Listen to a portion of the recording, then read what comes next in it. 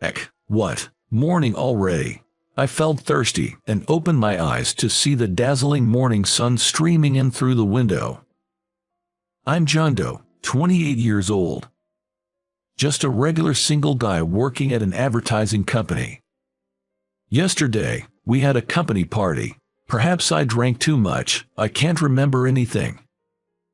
I managed to wake up my lazy body, which still had some alcohol left in it, and looked around to find my tie and bag carelessly tossed on the floor. Perhaps I had let loose a little too much, being our first party in a while. With a pounding headache from the hangover, I stood there in a daze when suddenly my cell phone rang. The call was from my colleague, Bob. "Hey John, good morning. You okay after last night?" Bob's voice on the other end of the phone sounded like he found something amusing. Maybe I messed up after all. Honestly, I'm a bit dizzy with this hangover. I can't remember anything from last night. Did I do something weird? No way. You don't remember doing all that. As the truth unfolded from Bob's words, my face turned redder by the minute. At last night's party, I met our junior colleague, Emma, after a long time. She was a sweet 24-year-old woman, a junior in the department I used to be a part of. However, for some reason, I had been keeping my distance from her. Apparently, Emma didn't find it amusing, and took this opportunity to approach me. "Don't you think you've been a little cold lately, John? You used to be there for me." That's right. Being a senior in the same department, I often listened to Emma's worries. But she consulted me so often without considering my convenience, it was frankly bothersome. "I'm sorry, but I just switched departments and frankly, I have enough on my plate right now. Plus, you have a boyfriend. He might worry if you're frequently dining alone with another man, don't you think?" Yes. Emma had a boyfriend. Yet, she kept insisting on talking and inviting me to bars and restaurants. I listened to her complaints, and because of our positions, I ended up paying every time. Looking back, I might have been taken advantage of. In the past, however, I was swallowed up by her strong pace and was at her beck and call. Tonight, however, I managed to express my intentions with the help of alcohol. I drank too much due to the tension, and my memory cut off from there. According to Bob, she seemed clearly discontent with my words. "So, you won't listen to me anymore, John?" "That's right. I think it's for the best." Even to an outsider, Emma seemed too persistent. I was getting tired of it. Then she provocatively said, "You refuse my talks, but you're often out with department head Catherine, aren't you? Isn't that unfair? She's indeed beautiful, but somewhat aloof, and she's 9 years older than me." "Oh, you're not by any chance attracted to Catherine, are you?" "Don't badmouth Catherine." According to Bob, I abruptly cut her off by slamming my beer glass on the table. Emma, who only knew my usual calm demeanor, was taken aback by my sudden change. But the surprise didn't end there. Incredibly, I made a shocking statement at the party. "Yes, that's right. I love my department manager. You just don't know it, Emma. The manager in reality is really cute. Who cares if she's older? Who cares about her position? I love her. I can't stand it. I'm crazy about her." Just saying it was enough to make me blush, but what was really bad was that at that moment, the manager was standing right behind me. She was late to the drinking party because she had errands that day, and she came at the absolute worst possible timing. After that, I drank too much and blacked out, fell on the spot, and Bob somehow got me home by taxi. Listening to the whole story made me despair at my own reckless behavior, but Bob seemed to enjoy it till the end. To be honest, the way you interfered, Emma, ruined the fun atmosphere of the drinking party. Listening to what you, John, said felt so refreshing. Maybe the manager was happy to receive a once-in-a-lifetime love confession like that. No, there's no way, right? If it's just me embarrassing myself, it would have been fine. But to even get the section chief in trouble is another story. This situation developed, but the trigger goes back 6 months ago. When I was transferred to the advertising department, the manager of the advertising department, Catherine, became my immediate boss. She is 33, 5 years older than me, and single. She has beautiful dark brown glossy hair tied back and beautiful features with cat-like eyes shining in a deep brown color. She stood out even in the office. Not only her work, but also the way she dressed in a suit on her slender figure was dazzling, and she had many fans in the company, regardless of gender. I was glad to be able to work under such an excellent person, but it seemed that she did not have a good impression of me, and actually said this to me. "John, please stop messing up the relationships within the department. Currently, it seems like you're having a relationship with a female employee who has a boyfriend. Apparently, she thinks that I'm having a relationship with Emma." But as I mentioned before, I was just listening to her story. I tried to explain the details, but she said, "That's enough," and cut off my explanation, so the misunderstanding was never cleared up. Actually, I've been approached by many women besides Emma for advice on their problems. I'm not popular with women, I'm just valued as a conversation partner. I myself thought that I might be in this role for the rest of my life, and I was about to give up on romance. The last time I dated a woman was 7 years ago when I was a junior in college. That was when I was a junior in college. My ex-girlfriend Nancy suddenly said, "I've found someone I like, so I want to break up." I was shocked, but Nancy proposed. "I don't want to be lovers anymore, but I hope we can be good friends. I feel very calm when I talk to you, John." As for me, I couldn't hate Nancy, so I said, "Let's do that," with a smile. Looking back now, I was just pretending to be tough, and I might have wanted to show her my good side. I should have just cut off ties with her when we broke up, but because of my false pride, I ended up being manipulated by my ex-girlfriend. Just like now and in the past, I'm always weak to pressure, and for women I'm always just a good guy, and I never become their first choice. That was the pattern. Well, my looks are not what you would call handsome, so it can't be helped. One day, a month after I was assigned to the advertising department, I and the manager were left in the office working overtime in an awkward atmosphere as usual. We had received a request for an art exhibition advertisement from a client, and the two of us were creating flyers for the art exhibition. In addition to the exhibition of famous art prints, there would also be posters and related goods for sale. The two of us were each staring at a computer, trying to create an attractive flyer that would entice customers to buy. But there was no one else in the office, and it was awkward to just work silently. Thinking that, I glanced at the manager, and she was staring at a postcard printed with a painting called Water Lilies by Monet, which was one of the sales items for the art exhibition. Thinking it might start a conversation, I said, "It's a beautiful painting," and she brightened her eyes and began to talk happily in a way that was completely different from usual. "Isn't it? Monet is an impressionist painter, and he has painted many pictures of water lilies. This painting on the postcard is owned by the Boston Museum of Art." She talked about Monet passionately for a while. It was the first time I saw her, who was usually cool, talking so much, and I was surprised at her rich knowledge about art.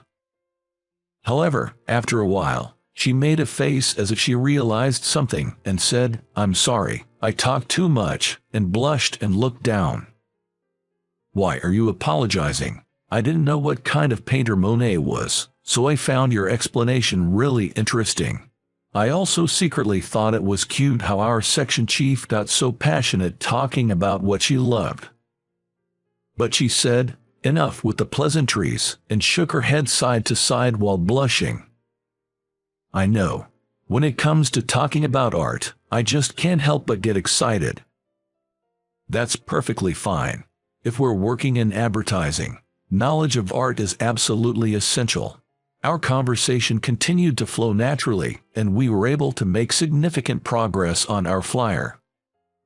As the overtime for the day was wrapping up, I decided to be bold and asked the manager, "Would you like to go for a drink?" I thought that since we had warmed up to each other, having a drink would deepen our relationship even further. Initially, the manager squinted at me with a skeptical look. "Well, aren't you involved with your junior colleague, Emma? You don't plan on making a move on an older woman like me, do you?" "No, not at all. Emma is infatuated with her boyfriend, and I'm just someone she talks to." "Really? Well, that's okay. I'm not that kind of woman. We'll have our drink and then head straight home." Despite the manager's initial wariness, we managed to have a drink together at a local bar. The manager seemed to enjoy her draft beer and loosened up enough to talk about art as she had before. She had studied art history in college, and I found her stories fascinating. She seemed to finally let her guard down since I made no further advances. As we left the bar, she said, "I had a great time." I, too, enjoyed spending time with the manager. From that day forward, the walls between us came down. We were able to work more smoothly while maintaining open communication. Whenever our schedules matched up, we would go for drinks. It became our regular activity. One day, the manager opened up to me. "I misunderstood you, John.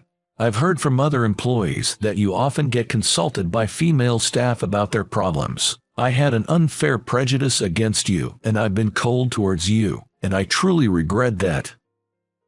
I smiled and said to the deeply apologetic manager, "No worries at all. When someone hears that you're alone with female employees, it's a common assumption. But now, I can understand why Emma feels the way she does. Just talking with you, John, is healing in its own way." The manager shared her past trauma with me. "You know how I get really excited and talk nonstop when it comes to art. My previous partner found that repulsive. He didn't expect me to be so talkative because I appear to be a reserved person. It was a shock when he broke up with me because of that, so I've been trying to keep quiet ever since. Looking back, I've been treating you the same way I was treated. It was wrong of me to form a negative image of you before getting to know you." I never imagined that the manager had such a past. She had been pretending to be someone she wasn't after being rejected for being her true self. I would never do that. That's because I genuinely like the manager, just the way she is. Spending time together, she became someone special to me before I knew it. "Catherine, I think you're incredibly charming just the way you are. We've managed to understand each other like this, so let's let bygones be bygones. Please, I'd love for you to continue sharing about art with me." At my words, Catherine showed a genuinely happy smile. "Because you're such a good listener, John, you also satisfy my frustrations. I've been holding back for so long, so I'm really grateful. But recently, I've been a little worried about you. You've been frequently asked out by Emma, and you're paying for her meals, aren't you? I think it's a bit different if you listen to her concerns once in a while." "You're right. I've been feeling stressed about my relationship with Emma lately, so I think I'm going to distance myself a bit. Until now, I could only find my sense of self-worth by being close to someone. But since meeting Catherine and falling in love, I've come to want to spend my precious time with my special person." That's how I came to the events of last night. Having fallen in love with Catherine, I tried to keep a distance from Emma, but I never thought I would make such a blunder while drunk. I was beating myself up over it, but I decided to apologize to Catherine first, and nervously made a call. Catherine must have been appalled because I went on a drinking spree. Listening to the dial tone, with a bad feeling in my chest, Catherine answered the phone quicker than I expected. "Hello. Catherine, I'm really sorry about yesterday. My thoughtless actions have caused you trouble. I know an apology won't cut it, but please let me get down on my knees." "Whoa, John, calm down. There's no need for you to do that. Just calm down first. As soon as I heard Catherine's voice over the receiver, I blurted out an apology. From the tone of her voice, it didn't seem like she was angry. Instead, Catherine said something unexpected. I'm actually on my way to your apartment right now. You seemed really drunk yesterday, and I thought your hangover must be rough. I'm coming to check on you. I brought some stuff, so let me in. I hadn't expected Catherine to come to my place. 10 minutes later, the intercom rang, and Catherine had bought not only food, but also mineral water and painkillers. I'm sorry for making you worry. No, it's fine. You have always been so good to me. You drank a little too much last night, didn't you? You don't look so good. You should get some rest today. Catherine said that and comforted me with kind words. But the words "you drank too much" stuck in my chest. Probably, she interpreted my words last night as he couldn't help it because he was drunk, and was silently signaling I don't mind. But I wanted to convey my feelings properly. Catherine, even though I don't remember anything from yesterday, everything I said at the party is true. Huh. When she heard my words, Catherine looked at me with a surprised face, and I quickly started speaking to change the atmosphere while blushing. But, of course, I understand if it's impossible. I'm happy just being by your side, Catherine. If we can continue to work together from now on, that's more than enough. So please, forget what I just said. While I was talking, Catherine hugged me tightly. For a moment, I couldn't understand what was happening, but Catherine was crying, saying I'm happy, with a smile. I was really happy about what you said yesterday, but I thought I shouldn't take it seriously, so I was acting defensive. I never thought you felt the same way about me, John. Huh. You like me too. Yes, spending time with you, I've grown to like you not as a subordinate, but as a man. But you are so kind, John. I've always told myself not to expect anything from that kindness. I've been so mean, advising you to keep your distance from Emma because I wanted you all to myself. I'm just awful, aren't I? Tears streamed down her face as I held her. Like I've said before, I love you just as you are, Catherine. I'm incredibly happy that you feel that way about me. We savored our happiness, holding each other tightly. A year after we confessed our feelings to each other, I invited Catherine into a French restaurant for our first anniversary and proposed to her there. Marry me, I said, handing her a diamond ring. Catherine beamed with joy. What a romantic proposal, my heart's racing. Because when I confessed my feelings, I was so hammered that I couldn't remember it. I wanted to etch the words of my proposal in my brain. I can see that. I will never forget today, even after decades of being married to you. I know that as long as I'm with her, we'll make many wonderful memories together.